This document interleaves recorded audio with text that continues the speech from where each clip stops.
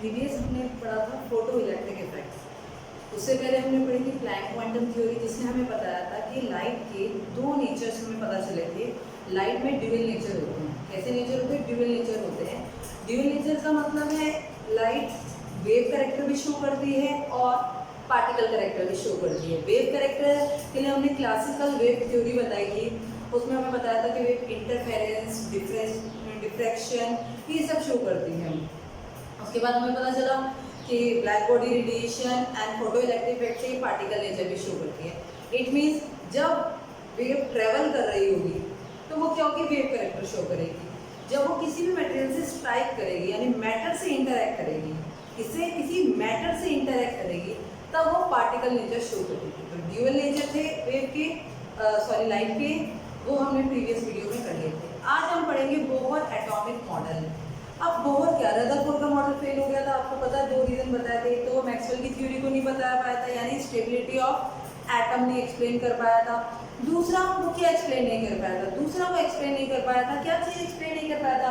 वो line spectrum of hydrogen explain नहीं कर पाया था कि हाइड्रोजन में कंटिन्यूसली स्पेक्ट्रम क्यों नहीं हो रहा है, गैप में क्यों हो रहा है स्पेक्ट्रम, मतलब लाइन्स आ रही हैं, ये वो हमें नहीं बता पाया। तो इसके लिए फिर आया हमारा बोहर मॉडल। देखिए बोहर मॉडल क्या है, पहले मैं कुछ पॉइंट लिखे, फिर मैं धीरे धीरे एक्सप्लेन करूंगी। आज का लेक्चर थोड़ा थियोरेटिकल लेक्चर है। नोट कर करके, क्योंकि एक बार में जल्दी नहीं समझ में आता, नोट कर करके लिख लिख कर अभी इसकी न्यूमेरिकल की डेरिवेशन की प्रैक्टिस करेंगे। न्यूमेरिकल उसकी लिख लिख के प्रैक्टिस कीजिएगा, गलतियाँ बहुत होती हैं और ये बहुत इंपॉर्टेंट है बोहर मॉडल। तो चलिए एक्सप्लेन करते हैं। तो पहला मॉडल मैंने क्या, पहला पॉइंट क्या लिखा है बोहर मॉडल का? पहला पॉइंट ये जो रदरफोर्ड ने कहा था वही बात लिखी है। Atom consist of small heavy positive charge nucleus, यानी एटम के पास छोटा सा हैवी पॉजिटिवली चार्ज न्यूक्लियस होता है। ये तो रदरफोर्ड ने ही बता दिया था। रदरफोर्ड की डिस्कवरी ही न्यूक्लियस के लिए थी। ठीक, ये बात समझ में आ गई, ये पहले ही बता दी। दूसरी बात क्या थी? Electron revolve around the nucleus in fix circular orbit. पहले मैं थ्योरेटिकल बता रही, फिर मैं आपको उसे एक्सप्लेन भी करूंगी। भाई इन्होंने कहा electron around the nucleus in fix circular orbit. सारे ऑर्बिट में नहीं, ऑर्बिट तो इनफाइनाइट हो सकते हैं, लेकिन ये सिर्फ और सिर्फ उन्हीं में रिवॉल्व करेंगे, उन्हीं में घूमेंगे जिनकी एनर्जी और वेलोसिटी क्या होगी? फिक्स्ड होगी। जिनकी एनर्जी और वेलोसिटी क्या होगी? फिक्स्ड होगी। फिक्स सर्कुलर ऑर्बिट, ये क्या होता है? फिक्स सर्कुलर ऑर्बिट होते हैं। अभी हम इनके बारे में बात करेंगे, ठीक है। जब ये इलेक्ट्रॉन किसी भी फिक्स सर्कुलर ऑर्बिट में क्या करते हैं? घूमते हैं। क्या करते हैं? रिवॉल्व करते हैं। तो ना कोई एनर्जी लूज करते हैं, ना एनर्जी गेन करते हैं। इन्होंने मैक्सवेल को कहा तुम जाओ साइड में, हमें नहीं सुनी तुम्हारी बात। मैक्सवेल ने क्या कहा था? दो चार्ज पार्टिकल अगर एक दूसरे के कांटेक्ट में आएंगे तो एनर्जी क्या करेंगे? रेडिएट करेंगे। इसने मैक्सवेल को कहा मेरा मॉडल तुम्हारी बात नहीं मान रहा है, मैं अपनी बात करूँगा। और उन्होंने ये प्रूव भी करके दिखाया बाद में, ठीक है। पहले अपनी बात कही, उन्होंने अपने मॉडल से बताया कि मैं तुम्हारी बात से एग्री नहीं करूँ। उनकी बात गलत नहीं है, लेकिन क्या होगा अभी आगे देखेंगे, ठीक है। सस्पेंस करेंगे। तो जब इन्होंने कहा किसी ऑर्बिट में ना तो एनर्जी गेन करेंगे ना एनर्जी लूज करेंगे, तो अगर कोई ना गेन कर रहा है ना लूज कर रहा है, तो इसका मतलब क्या है? उसकी एनर्जी क्या हो गई? फिक्स्ड हो गई। शेल या ऑर्बिट, उसकी एनर्जी क्या हो गई? फिक्स्ड हो गई। और उसे बोलते हैं stationary energy level. Stationary energy level. अच्छा, मैं थोड़ा पॉइंट आप लोगों ने, आई थिंक मैं हट गई हूँ, आप लोगों ने स्क्रीनशॉट ले ले, जो भी ले लें इसकी पॉइंट नोट हो गए होंगे। जरा मैं समझा देती हूँ पहले वाले पॉइंट, थर्ड वाले पॉइंट्स को। देखिए आप लोगों ने क्लास में 10th क्लास में पढ़ा होगा, अगर n = 1 है तो k, n = 2 है तो l, n = 3 है तो सॉरी k, यहाँ पे क्या आएगा? l, m, और n = 4 है तो n। आप लोगों ने 11th क्लास में पढ़ा होगा, 10th क्लास में पढ़ा होगा आपने। यही है क्या हमारे, क्या है ये? स्टेशनरी लेवल है। क्या है ये? हमारे स्टेशनरी लेवल हैं जो फिक्स है, k, l, m, n, ठीक है। k, l, m, n, ये क्या है ना? स्टेशनरी लेवल क्या है? फिक्स्ड है, ठीक। तो इन्होंने यही बताया कि जब इलेक्ट्रॉन, जैसे ये k शेल न्यूक्लियस के पास होगा, ये l शेल, ये m शेल और ये n शेल, ये है। जब इलेक्ट्रॉन घूम रहा है तो इन्हीं में रहेगा, ना तो एनर्जी गेन कर सकता है ना वो एनर्जी लूज कर सकता है। और इनकी एनर्जी क्या होती है? फिक्स होती है। इन्हें बोलते हैं एनर्जी लेवल। बस इतनी बात बताइए, अभी आगे समझते हैं। मैं आगे के पॉइंट लिखती हूँ, इतनी बात आप समझिए पहले।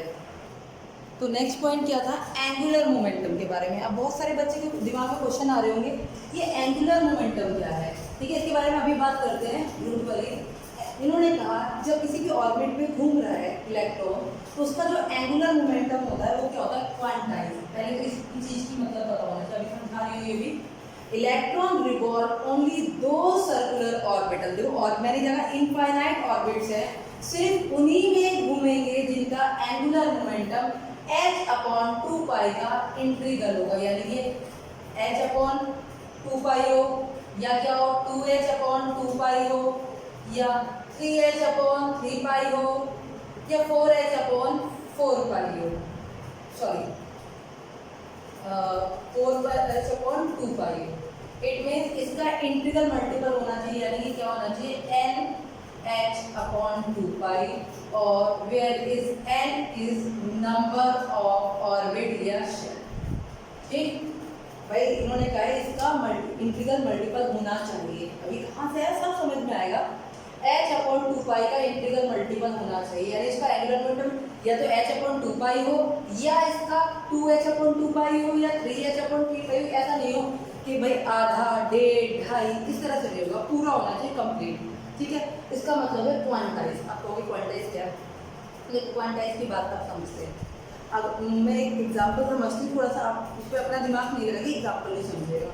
फॉर एग्जाम्पल हम किसी टैक्सी में जाते हैं, उबर हो गई या ओला हो गई, तो उसमें होता है पर किलोमीटर के चार्ज होते हैं। फॉर एग्जाम्पल पर किलोमीटर का 9 रुपीज़ है, 1 किलोमीटर 9 रुपीज़। एग्जाम्पल ले रहे, ज़्यादा कम में नहीं एग्जाम्पल ले रहे, ठीक, इतना चार्ज है। अगर आप आधा किलोमीटर गए तो वो आपसे 9 क्या 4.5 नहीं लेंगे, बेसिक फेयर अलग है, वो आपसे क्या लेंगे 9 लेंगे। आप भाई चाहे एक जाओ, अगर एक से आप थोड़ा सा भी ज़्यादा गए तो वो 2 का चार्ज लेंगे, यानी उनका किलोमीटर फिक्स है।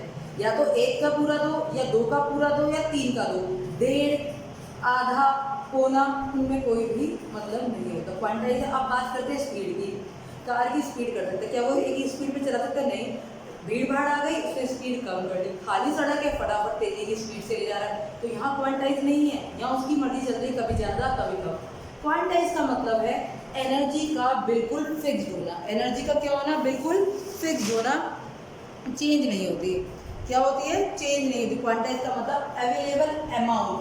क्या है, अवेलेबल अमाउंट, या कह सकते हैं अवेलेबल इन फिक्स्ड अमाउंट।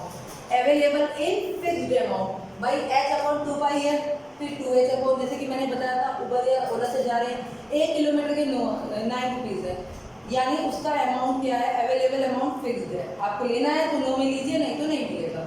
ठीक, फिक्स्ड अमाउंट क्या है, ये फिक्स्ड अमाउंट है। h/2 का इंटीग्रल है। शेल क्या होता है, अगर आपकी k शेल है, यानी n = कितना हो गया 1, तो ये इसकी वैल्यू कितनी हो जाएगी, h/2। अगर आपकी n है तो n = क्या हो जाएगा 2, तो क्या हो जाएगा 2h/2। ऐसे 3 और 4 के लिए यानी इंटीग्रल मल्टीपल है इसका h/2 का। n क्या है यहाँ पर, n क्या है, नंबर ऑफ शेल है, और n क्या होंगे आपके 1 2 3 4 एंड 7, इस तरह से। बात समझ में आ गई, इतनी बात समझ में आई। अब बात करते हैं एंगुलर मोमेंटम क्या है, ये आप नोट कर लिया होगा आपने। एंगुलर मोमेंटम क्या है, देखो मोमेंटम आप जानते हैं, जब कोई भी पार्टिकल मूव करता है, किसी स्पीड चलता है, तो मतलब सिंपल चल रहा है, तो उस पर क्या लगता है, मास इनटू वेलोसिटी का उसका मूवमेंट होगा। मैं बिल्कुल फिजिक्स में नहीं जा रही हूँ, बेसिक का मैं बता रही हूँ, मास इनटू वेलोसिटी होगी मूवमेंट। लेकिन अगर कोई पार्टिकल, चार्ज पार्टिकल इसमें सर्कुलर मोशन कर रहा है, सिंपल मोशन तो ऐसी होगी, अगर वो सर्कुलर मोशन कर रहा है तो किस रेडियस के थ्रू कर रहा है, किस रेडियस के थ्रू कर रहा होगा, भाई कोई तो रेडियस होगी सेंटर से जिसके थ्रू वो मूव कर रहा होगा, तो तब उसका एंगुलर मोमेंटम होता है mvr। क्या होता है, mvr। अभी आप फिजिक्स में पढ़ेंगे ये पूरा डिटेल में, एंगुलर मोमेंटम क्या होता है, mvr। ठीक, तो मैंने बोला, क्या बोला मैंने, angular momentum equal to h/2। तो एंगुलर मोमेंटम का फॉर्मूला है mvr h/2। इसे डाल दो इक्वेशन 1, बड़े काम की आने वाली है, हमारे डेरिवेशन में से यूज करेंगे। यहाँ तक आप नोट कर लीजिए, नोट कर लीजिए फटाफट से, फिर मैं इसका अगला पॉइंट लिखूंगी। ठीक, इतनी बात समझ में आ गई आपके। तो क्या है, जब ये हम रदरफोर्ड ने भी यह पॉइंट बताया था कि जब इलेक्ट्रॉन, समझते इनके बीच में, ये कैसा नेगेटिव चार्ज, ये कैसा पॉजिटिव चार्ज, इनके बीच में लगती है फोर्स ऑफ इलेक्ट्रोस्टैटिक। ठीक है, अब ये फोर्स ऑफ इलेक्ट्रोस्टैटिक क्या होती है, ये पॉजिटिव इसे अपनी साइड में खींचता है। जैसे कि सन की हम चारों तरफ अर्थ घूम रही है, तो सन क्या अर्थ को अपनी ग्रेविटेशन फोर्स में खींचेगा, उससे बचने के लिए अर्थ क्या करती है, रिवॉल्विंग करती है। तो इसीलिए इलेक्ट्रॉन क्या करता है, रिवॉल्व करता है ताकि वो फोर्स से बच जाए। तो वो फोर्स किसके बराबर होती है, उसकी सेंट्रीपिटल फोर्स की। किसके बराबर होती है, फोर्स ऑफ सेंट्रीपिटल फोर्स के बराबर होती है। ठीक, तो यानी इसका मतलब force of electrostatic, force of centripetal. अब इलेक्ट्रोस्टैटिक फोर्स क्या होती है हम पहले समझते हैं। देखो 12th में ये चैप्टर है आपका पूरा डिटेल में, मैं सिर्फ केमिस्ट्री में समझाऊंगी, क्योंकि फिजिक्स में इलेक्ट्रोस्टैटिक पूरा आपका फिजिक्स में चैप्टर है और एटॉमिक स्ट्रक्चर भी है। यहाँ समझोगे वहाँ इजीली समझ में आएगा। क्या होती है इलेक्ट्रोस्टैटिक फोर्स, क्या होती है देखो, अगर दो चार्ज पार्टिकल Q1 Q2 के बीच की डिस्टेंस कितनी थी r, तो इलेक्ट्रोस्टैटिक फोर्स होती है 1/4 पाई एप्सिलॉन, ठीक है, Q1 Q2 अपॉन r। ये होती है अब फॉर्मूला, ये जनरेशन करवाएंगे फिजिक्स से करवाते हैं, ये हमें पता है इलेक्ट्रोस्टैटिक फोर्स का फॉर्मूला होता है। अब 1/4 एप्सिलॉन की वैल्यू बता देती हूँ।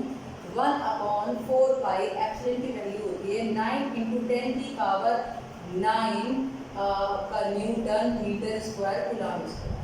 ये इसकी वैल्यू होती है, ये इसकी क्या होती है, वैल्यू होती है। आपको याद होनी चाहिए सबको, मतलब फिजिक्स में याद होनी चाहिए, केमिस्ट्री में कोई मतलब नहीं है इसका, लेकिन फिर भी मैंने लिख दी है। आप क्या करती हूँ, मैं इस पूरे को के कर लेती हूँ, पूरे की जगह मैं के रख लेती हूँ क्योंकि मुझे इसकी जरूरत नहीं है। मैं इसकी जगह के रख लूँ, के Q1 Q2, अब वही फिक्स वैल्यू है तो कांस्टेंट हो गया r²। अब हम इसकी बात करें, किसकी बात करें, अगर हम न्यूक्लियस और इलेक्ट्रॉन के बीच की बात करें, तो अगर मैं फोर्स लगाऊं तो मुझे बताइए, न्यूक्लियस ये क्या है, इलेक्ट्रॉन, और उसके अंदर कौन है, प्रोटॉन। ठीक है, इलेक्ट्रॉन का नंबर कितना हो गया, E, बोलो हाँ या ना। भाई इलेक्ट्रॉन को E से डिनोट कर देते हैं। अब प्रोटॉन का नंबर ऑफ प्रोटॉन कितने होते हैं, देखो इधर, अगर मैं पूछूं नंबर ऑफ प्रोटॉन क्या होते हैं, number of proton equal to Z, हाँ या ना बताओ, Z होते हैं। भाई नंबर ऑफ, कोई पूछे कि एक इसमें न्यूक्लियस में कितने प्रोटॉन है, हम कहेंगे जितना उसका एटॉमिक नंबर है यानी Z, और उस पर कितना चार्ज है, उतना ही चार्ज है जितना इलेक्ट्रॉन पर चार्ज है, तो इसे बोलेंगे हम ZE। क्या बोलेंगे, ZE। भाई E तो हो गया इलेक्ट्रॉन का, पूरा इलेक्ट्रॉन का चार्ज, और ZE क्या हो गया, नंबर ऑफ प्रोटॉन, उन पर चार्ज इसके बराबर होता है, इलेक्ट्रॉन के बराबर होता है, इंटू ZE अपॉन r²। तो सॉरी E लिखना था मैंने, तो यहाँ क्या हो, के ZE² अपॉन r²। फॉर्मूला बन गया किसका, इलेक्ट्रोस्टैटिक फोर्स ऑफ अट्रैक्शन, जो भी फोर्स लगी है। अब हम बात करते हैं सेंट्रीपिटल फोर्स का फॉर्मूला होता है mv² अपॉन r। ये किसका फॉर्मूला है, ये सेंट्रीपिटल फोर्स का फॉर्मूला है। अब हम जानते हैं कि जब इलेक्ट्रॉन रिवॉल्व होगा तो सेंट्रीपिटल फोर्स और इलेक्ट्रोस्टैटिक फोर्स क्या होगी, बराबर होगी। दोनों को बराबर रख दें, mv² upon r equal to k ZE upon r²। देखिए फॉर्मूला डेराइव करने को कहीं नहीं आता, जस्ट आपकी नॉलेज के लिए मैं आपको लिखवा के रख रही हूँ कि आपको पता होना चाहिए कि आगे हम इसका क्या करने वाले हैं। हमें आगे इसका क्या करने वाले हैं हम इसको देखेंगे, इससे हम बहुत सारे फॉर्मूले डेराइव करेंगे, बाद में करेंगे। पहले मैं आपको सारे मॉडल के सारे बता दूँ, ठीक है। इससे हम एनर्जी भी निकाल सकते हैं, अभी हम इसमें भी कोशिश करेंगे, हम रेडियस निकालेंगे, हम वेलोसिटी निकालेंगे, हम सब इन्हीं फॉर्मूले निकालेंगे, एक पहला वाला फॉर्मूला और एक दूसरा, इसे इक्वेशन नंबर 2 डाल के रख दीजिए, ठीक, डाल के कॉपी में छोड़ दीजिए। ये हो गया, फिर आगे हम आगे बढ़े चलते हैं, फिर हम इसे करेंगे, आराम से करेंगे, ठीक है। तो अगला पॉइंट है electron can accept energy and lose energy. अभी कहोगे, आपने कहा था इलेक्ट्रॉन कैन नाइदर गेन और नॉट लूज एनर्जी, ठीक। एनर्जी एक्सेप्ट भी कर सकता है, लूज भी कर सकता है, बट उस कंडीशन में अगर वो एक्सेप्ट करेगा तो उसे क्या करना पड़ेगा, हायर एनर्जी लेवल में जंप करना होगा, और अगर वो लूज करेगा तो उसे लोअर एनर्जी लेवल में रहेगा। भाई देखो, एक्चुअली में बात ये है कि इलेक्ट्रॉन की अपनी कोई एनर्जी नहीं है, एनर्जी है इन शेल की, ठीक है। अगर उसके पास एनर्जी ज़्यादा होगी इलेक्ट्रॉन के पास, तो उसे जाना पड़ेगा जिसकी एनर्जी शेल की ज़्यादा, उसमें रहना पड़ेगा। अगर उसके पास एनर्जी कम है तो उसे कौन से शेल में रहना पड़ेगा, उस शेल में रहना पड़ेगा जहाँ एनर्जी लेवल कम है। बस सिंपल सी बात है। अगर इलेक्ट्रॉन कहीं से फोटोन, जैसे फोटोन आकर गिरा, चलो यहाँ समझते हैं, ये मान लो शेल, आगे मैं ये छोटी बनाती जा रही, सब रीजन आगे आएंगे, ठीक। फॉर एग्जाम्पल इलेक्ट्रॉन यहाँ बैठा है, यहाँ पर एक फोटोन आ गई, ठीक। इससे अगर वो इस लेवल पे गया तो उसे एनर्जी क्या करनी पड़ेगी, एक्सेप्ट करनी पड़ेगी। क्या करनी पड़ेगी, या कह सकते हैं एनर्जी क्या करनी पड़ेगी, एब्जॉर्ब करनी पड़ेगी। क्या करनी पड़ेगी, एब्जॉर्ब। तो एनर्जी एब्जॉर्ब करेगा, फोटोन को एब्जॉर्ब करेगा और अगले लेवल पे पहुंच जाएगा। फॉर एग्जाम्पल इलेक्ट्रॉन यहाँ है, ठीक, तो उसे यहाँ आना है, तो क्या करेगा, एक फोटोन लूज करेगा। क्या करेगा, फोटोन लूज करेगा, यानी एनर्जी क्या करेगा, एमिट करेगा। क्या करेगा, एनर्जी एमिट करेगा, तब वो वापस आएगा लोअर लेवल। तब वो क्या आएगा, लोअर लेवल पर आएगा, ठीक। इतनी बात समझ में, यानी इसका मतलब सिंपल सी बात है, बोल के सुनो। बोहर ने कहा कि न्यूक्लियस के चारों तरफ इलेक्ट्रॉन सर्कुलर पाथ में घूमते हैं, वो पाथ क्या होते हैं, फिक्स होते हैं, ठीक। और उनको बोला उन्होंने स्टेशनरी ऑर्बिट, उनकी एनर्जी भी फिक्स है, वेलोसिटी भी फिक्स है, यही बताया। और वो क्या होते हैं, क्वांटाइज होते हैं। क्वांटाइज पे बहुत क्वेश्चन आते हैं, but is a quantize. Quantize का मतलब उनका angular momentum mvr equal to होता है nh/2π के, यानी mvr इंटीग्रल मल्टीपल होता है h/2π का, यानी जिनका एंगुलर मोमेंट जिन भी ऑर्बिट का ये है, इलेक्ट्रॉन उन्हीं में रह सकते हैं, उन्हीं में रिवॉल्व कर सकते हैं, अदरवाइज रिवॉल्व नहीं कर सकते, ठीक। उसके बाद उसने क्या कहा, अगर इलेक्ट्रॉन को बाय डिफॉल्ट कोई फोटोन एक्सेप्ट कर लेता है, तो इलेक्ट्रॉन क्या करेगा, फोटोन को एक्सेप्ट करके कहाँ चला जाएगा, हायर एनर्जी लेवल में चला जाएगा। और अगर क्या कहते हैं, वो क्या करेगा, अगर उसे फोटोन एमिट करना है, तो फोटोन को एमिट करके कहाँ चला जाएगा, लोअर लेवल पे आ जाएगा। अगर वो फोटोन जो एमिट करेगा, जो फोटोन वो एमिट करेगा यानी बाहर निकालेगा, अगर वो विजिबल रेंज में गिर जाता है, कोई भाई वो कोई ना कोई वेवलेंथ तो शो करेगा ही। चलो पहले वेवलेंथ समझो, देखो, ठीक। अब ये हो गया E1, ये हो गया E2, और ये कहते नहीं 1 2 3 4 ऐसे होगी ना शेल। अगर वो किससे गया, डेल्टा ई एनर्जी का गैप निकालेंगे, भाई क्या होता है, E2 माइनस E1। अगर वो 2 से 1 में गया, किससे गया, 2 से 1 में गया, 2 से 1 में गया, किसमें गया, 2 से 1 में गया, बात समझ में आ रही, 2 से 1 में गया, तो क्या करेगा, इस शेल की एनर्जी से इस शेल की एनर्जी माइनस हो जाएगी, यानी इनके बीच का जो डिफरेंस है, इतनी एनर्जी वो क्या करेगा, इतनी एनर्जी को एब्जॉर्ब करेगा। फिर से समझो, ये पॉइंट थोड़ा सा डिफिकल्ट है, एक बार और समझो। इन दोनों के बीच का डिफरेंस है डेल्टा। अगर वो यहाँ से यहाँ गया तो डेल्टा ई एनर्जी क्या करेगा, एब्जॉर्ब करेगा। डेल्टा ई एनर्जी क्या करेगा, एब्जॉर्ब करेगा, यानी वो जिस स्टेज से मतलब लोअर लेवल से हायर लेवल में गया था, तो कितनी डेल्टा ई एनर्जी ऑब्जर्व करेगा, यानी इस शेल की एनर्जी और इस शेल में से इस शेल को माइनस करेंगे, इतनी एनर्जी को एब्जॉर्ब करेगा, तभी वो इस लेवल में पहुंच जाएगा। अगर इससे ज्यादा करेंगे तो इस लेवल पे नहीं आएगा, इससे कम करें तो भी नहीं आ पाएगा। इतनी एनर्जी करेगा तभी वो इस लेवल पे पहुंच पाएगा। इतनी बात समझ में, इतनी एनर्जी एब्जॉर्ब करेगा तो वो इस लेवल पे आएगा।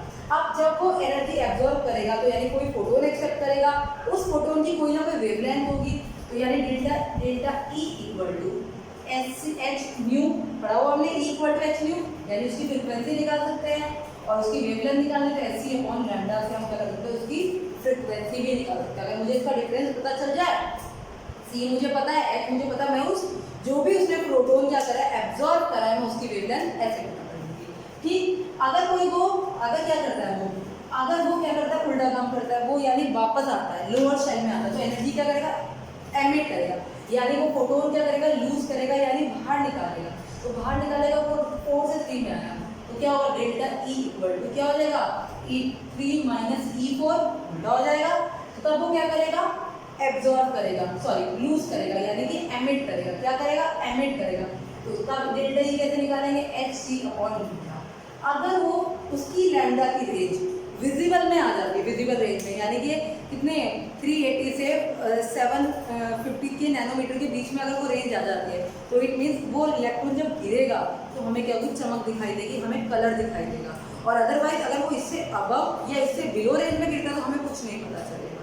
अगर वो इस रेंज में गिरता है तो हमें क्या होगा, हमें कलर दिखाई देगा, यानी वो कलर एमिट करेगा। भाई एमिट करने का काम ही कर रहा है, एमिट करने के काम ही कर रहा है, गिर रहा है, एमिट कर रहा है, तो कलर एमिट करेगा जो हमें दिखाई देगा।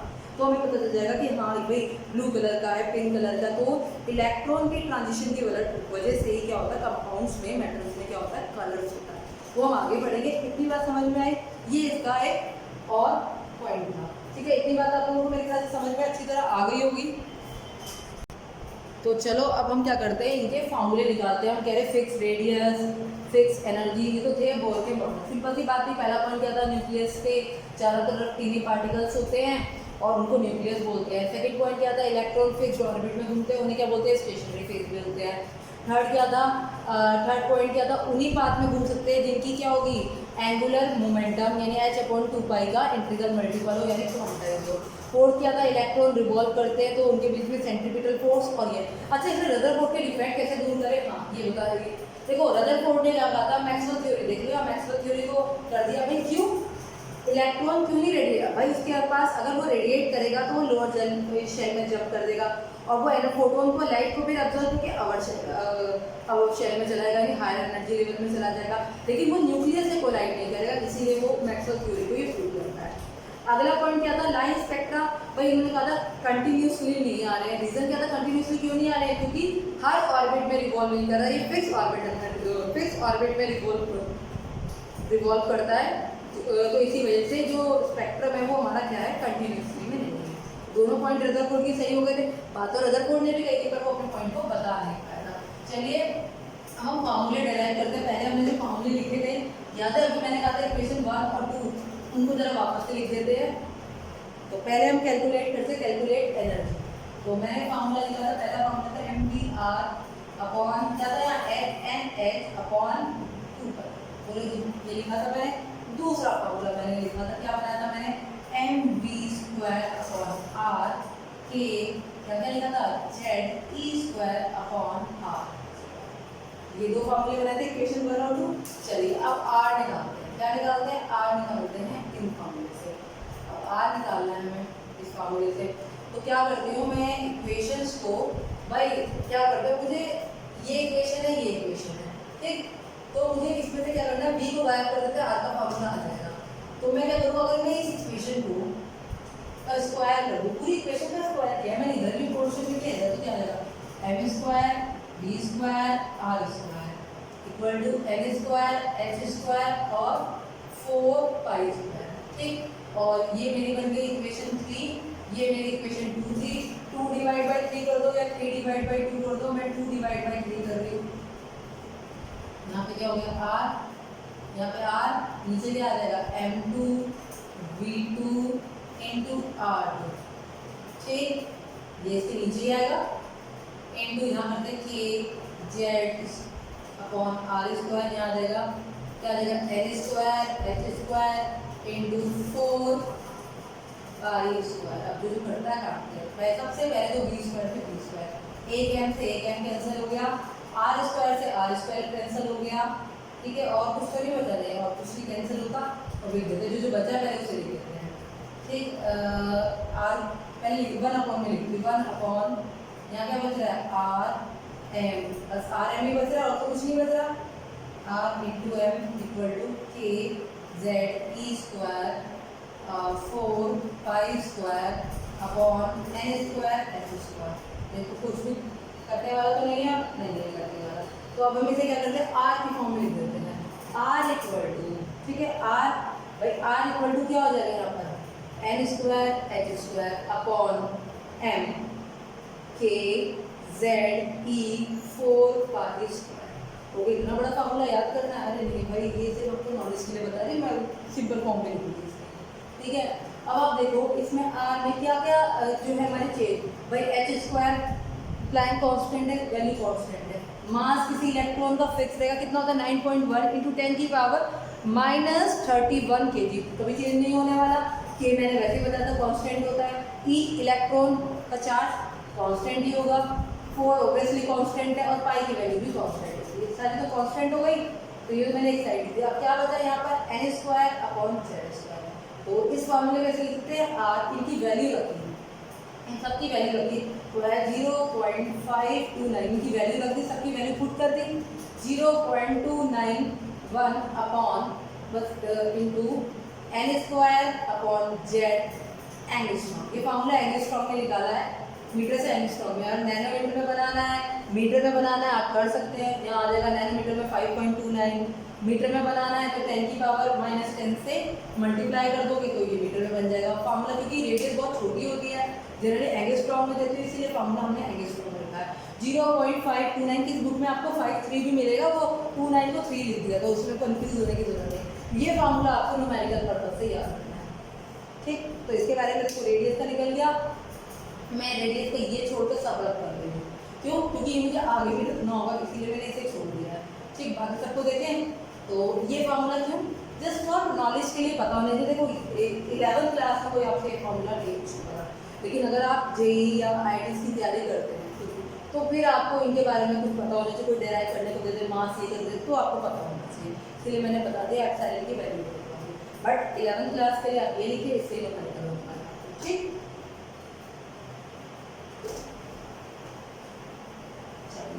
आगे चले, मैंने क्या कहा, मैं इसको छोड़कर सब में रखूंगी, ठीक। इसका मतलब अगर हम मैंने कोई कहे हाइड्रोजन एटम के लिए बनाना है, 4 हाइड्रोजन एटम, ठीक। हाइड्रोजन एटम के फर्स्ट यानी N1 शेल की रेडियस फाइंड कीजिए, क्वेश्चन आता है कितना, हाइड्रोजन एटम के फर्स्ट शेल की रेडियस आपको कैलकुलेट करनी है, कुछ नहीं करना, R = 0.0529। अब बताओ N का मतलब क्या है, N का मतलब N शेल दे रही, शेल का मतलब N होता है, इसमें मैंने लिया यानी 1+, और हाइड्रोजन का Z मतलब एटॉमिक नंबर, N क्या है, नंबर ऑफ शेल, और Z क्या है, एटॉमिक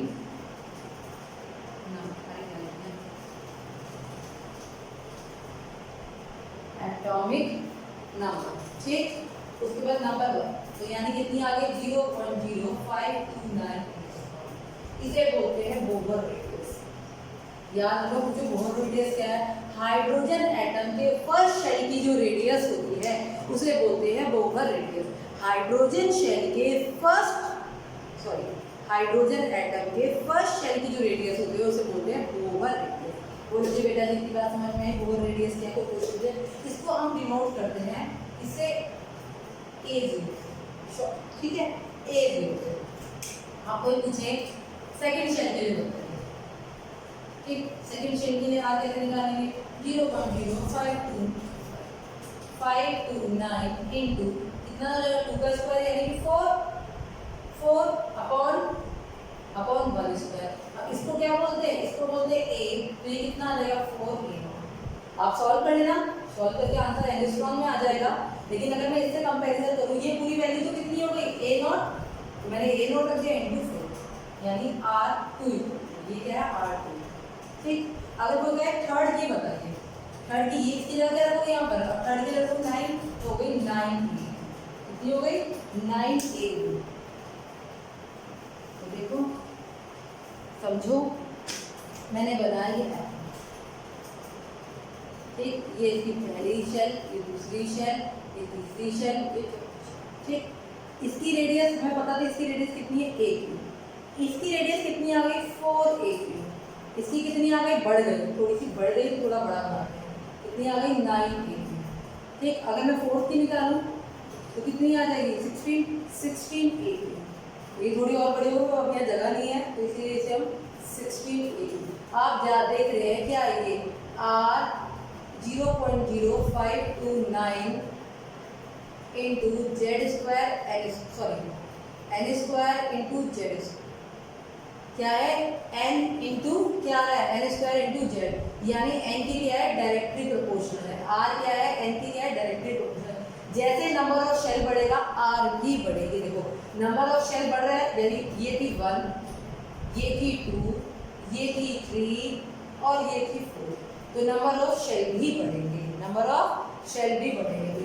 अगर मैं इनका डिफरेंस, तो ये A है, ठीक है, और ये मैंने यहाँ लिख दिया, यहाँ इस शेल की कितनी है 4A, इनका डिफरेंस पूछो, ये 4A है, ये A है, ये 4A है, ये कितनी है 9 पढ़ लो, ये 4A, ये 9A और यहाँ पे है 16। अब इनका डिफरेंस पूछो, A में से 4A गए तो कितनी बची 3A, इनके बीच का डिफरेंस कितना है 3A, मतलब इससे इसके बीच में 3A डिस्टेंस चलनी पड़ेगी।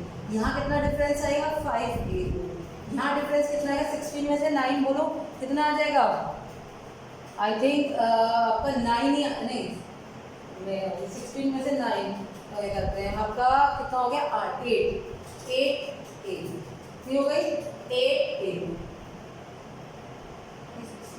7 सॉरी 7 8 कितनी हो गई 7 8, ये 3 ये 5 ये 7 ऐसे ऐसे क्या होगी रेडियस की बीच का जो गैप है वो बढ़ता जाएगा। भाई गैप भाई इसकी 8 थी इसकी 4 है, इनका बीच का डिफरेंस 3 है, इसका 5 है, तो ये रेडियस थे। इस पर न्यूमेरिकल है, आई थिंक मैं एक बार लेंथ चेक कर लूँ उसकी वीडियो की कितनी होगी। इसकी लेंथ वीडियो की ज़्यादा होगी, फिर अपलोड होने में दिक्कत होती है। मैं यहीं से कंटिन्यू करती हूँ सेकेंड वीडियो, ठीक है, ये फर्स्ट वीडियो है, इसी के बाद आपका सेकेंड वीडियो रहेगा, ठीक, इसी को कंटिन्यू